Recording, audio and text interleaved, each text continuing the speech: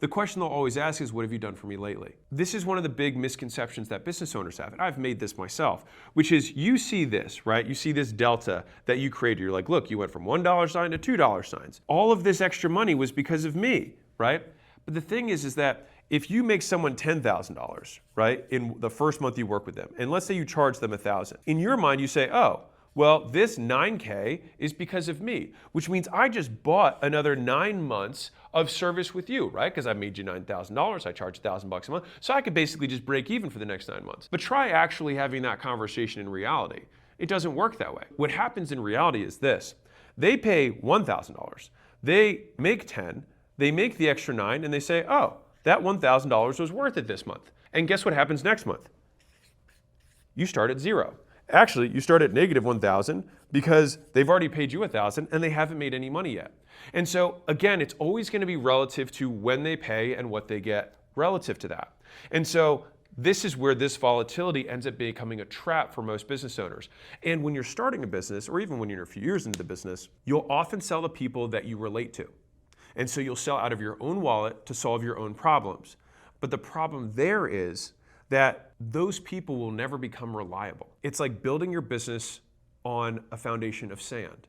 It doesn't matter how beautiful of a castle you can imagine in your mind. One bad storm on a foundation of sand and it's going to topple over. And so you end up just getting in this endless cycle of trying to iterate your products, create different offers and all this stuff, but the fundamental issue is you're serving somebody who's never going to stay and pay because of them, not you. So for example, if you have a supplement business, it's unlikely that you're going to get very high stick if you're super expensive and your product suite is only geared towards beginners, and beginners churn out. As in, they go to the gym, they stop going to the gym. They go to the gym, they stop going to the gym. Now, if you had a business that was geared around the regular user or somebody who already, let's say, takes protein every day, and you truly have a superior product, and then that entire base of people who takes protein shakes every day is willing to take yours instead of someone else's, then you have a customer that is already a qualified customer who's going to continue to take the product over and over again.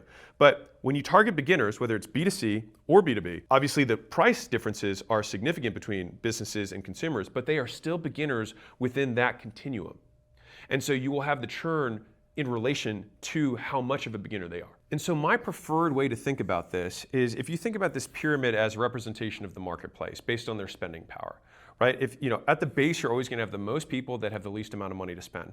And so whether it's B2B or B2C, like B2C, it's going to be base beginners for whatever it is that you sell. If it's B2B, it's going to be the smallest business owners. So it could be, consumers becoming prosumers or prosumers becoming VSMBs, which is a very small business, and then VSMBs becoming SMBs, which is small business owners.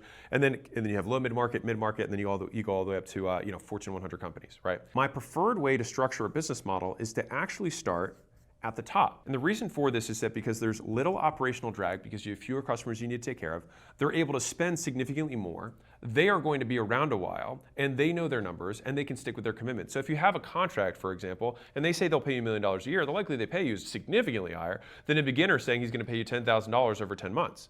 Very unlikely. I would make that bet. So much so that corporate debt is an entire investable asset class based on the promises that businesses make to repay things. The cool part about this from a branding perspective is that you learn how to service these much higher end customers. And with that reputation, then there are customers who are going to be underneath who are then going to say, you know what, I would love to be able to work with somebody who works with the Fortune 100. I can't afford that. And you say, you know what, I can make it a little bit more affordable for you, but you're going to get a little bit less service for that. And you can work your way down. Now, here's where it gets really clever. Is that as you work your way down, you're consistently making more money. And at this point, when you go further and further down this rabbit hole, you're going to be able to spend the money it takes to create the automated solution or the software-based or technological-based solution that's going to have a near zero cost basis for you as a business owner so that you can profitably serve these itty bitty dollar signs here without the headache associated